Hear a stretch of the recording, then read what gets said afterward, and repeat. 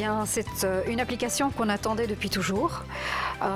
Perdre son animal, évidemment, c'est beaucoup de détresse pour le propriétaire, mais c'est aussi beaucoup de détresse pour l'animal qui est perdu et qui ne sait plus rentrer chez lui. Et donc, pour nous, c'était vraiment une bulle d'air dans la politique du bien-être animal de la ville de Bruxelles de pouvoir adhérer à cette application. Figurez-vous que c'est une plateforme qu'Odorgame souhaitait développer au départ. Et un jour, on a lu dans un article de presse que l'ASBL Animal Search était en train de développer cette plateforme. Alors, c'est quoi cette plateforme? C'était une volonté d'allier les forces du numérique, donc le GSM, pouvoir faire un signalement sur GSM, mais également d'être sur les réseaux sociaux, d'avoir des annonces print. Bref, il nous fallait cette force-là. Ich denke, mit dieser App können wir Leuten, Tierschutzhalter oder Tierhalter, besser gesagt, helfen, ihre Tiere relativ schnell und unkompliziert wiederzufinden.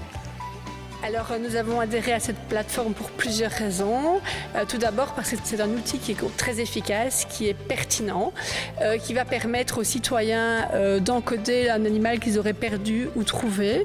Et c'est un outil qui reprend toutes les informations en compte. Ça veut dire qu'on sait où l'animal se trouve, on sait quand il a été retrouvé perdu, et c'est vraiment un outil pertinent qui est actif 24 heures sur 24 et 7 jours sur 7. Alors en fait, je suis parti d'un constat. J'ai vu qu'il y avait de nombreuses annonces sur les réseaux sociaux d'animaux qui avaient disparu. Ayant personnellement un chien et un chat qui aussi de temps en temps en fugue, je sais un petit peu le stress et l'importance de pouvoir rapidement laisser une annonce et faire part que l'animal est perdu. Alors lorsque j'ai assisté à une démonstration d'Animal Search, je me suis très vite rendu compte que c'était un outil qui était facile à utiliser puisqu'il suffit d'utiliser son téléphone, son GSM, et qu'il a de nombreuses fonctions très techniques qui répondent vraiment à ces situations-là.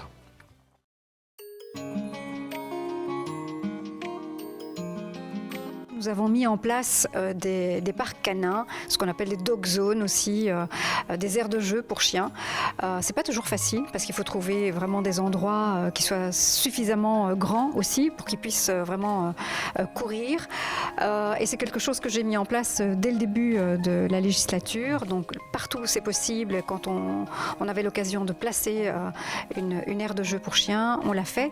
Et en plus de ça, on a dégagé du budget depuis 2 ans pour mettre aussi des éléments de jeu. Il faut savoir que chaque année, au mois d'octobre, nous avons le mois du bien-être animal à Odorgame. Et dans ce cadre-là, on fait une récolte incroyable de croquettes, d'aliments pour chiens, pour chats et autres, qui sont redistribués aux propriétaires d'animaux qui sont plus en difficulté. Ça, c'est un premier point. Deuxième point, Odorgame, c'est la 4e commune à avoir sur Bruxelles le plus de chiens par habitant. Et dans ce cadre-là, notre commune s'investit pour avoir des zones de liberté pour chiens. Principalement tout le travail au niveau de la stérilisation et l'identification et de l'adoption des chats errants. Donc on travaille beaucoup là-dessus. On a beaucoup travaillé aussi sur la stérilisation des chats domestiques en aidant les propriétaires par des primes. Et évidemment, on a lancé aussi un salon du bien-être animal à Seraing. Donc on essaie vraiment de répondre un maximum, que ce soit pour les animaux domestiques, mais aussi pour les animaux sauvages comme les hérissons, aux demandes de nos citoyens et au bien-être des animaux de notre commune. Alors c'est la migration des batraciens qui se passe du mois de février jusqu'au mois d'avril. Et en fait c'est un groupe de citoyens, de bénévoles qui se préoccupent un petit peu de la migration et qui effectivement, pour éviter qu'ils se fassent écraser sur la route, installent en fait des bâches aux endroits où habituellement les batraciens passent. Et donc chaque soir et chaque matin, ils viennent entre guillemets récupérer les batraciens qui sont donc stoppés par les bâches, les mettre dans un seau et les font traverser. La commune de Cours-Saint-Étienne met en fait à disposition du matériel, entre autres les bâches, qui sont des bâches spécifiques.